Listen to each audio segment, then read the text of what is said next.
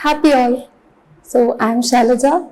I'm here to represent our college and I'm going to speak here about the women empowerment. At first, I would like to thank Happiness and Success Academy, Happiness and Success Empowerment Trust and Assist World Records.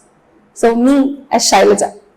People here know me as the person who has the loudest ever voice in this college. But this Shailaja wasn't the same when she started her journey. I was the only girl who was born after T generation, that is nearly after 3 decades, a girl was born in a family who was the family was full of boys. So nobody here was here to encourage me except my mom and my dad. And even my grandparents were like, a girl child was a greatest curse.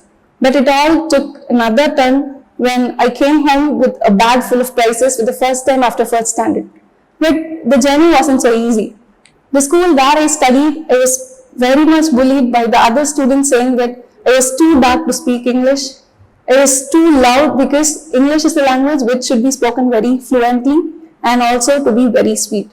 But I don't think I never had that ability to speak it very slowly or very softly. But during my 4th standard, there came a time that everybody in that hall wanted Shailaja to thank someone. So that is why the name Shailaja got registered and my journey of elocution started there. So during my 6th standard was the first time I was very much a winner among the students because the maths paper where I got 100 was appreciated even by the principal. And that's when people came to know about me that a dark girl from 6th standard with a very rough tone started speaking miles above. And then the rest of the journey was there. And during my 10th standard, I was again bullied that I was studying too much and the effort is going to be in vain. But the laurels were very high because I received more than 493 in my schoolings and I stood first. That was the first time after a decade, a girl from a very small place, which is literally a remote village, came first and then stood by her name. The same again happened in 12th standard. I became school first.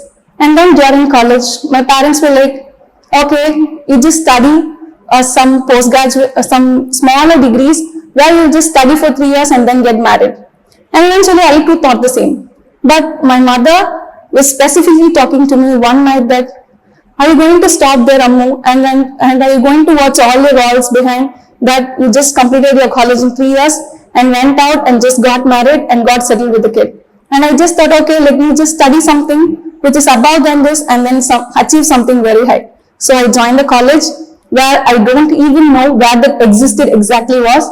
And then I just started my journey.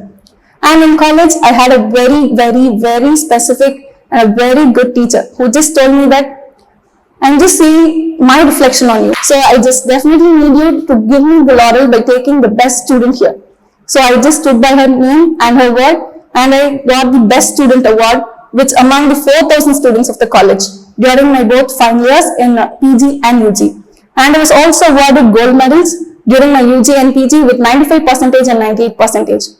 And another big thing which happened to me was I became a regional speaker for Nova Enzymes, a biggest ever MNC, so for which I represented as the regional speaker or the orator of that organization.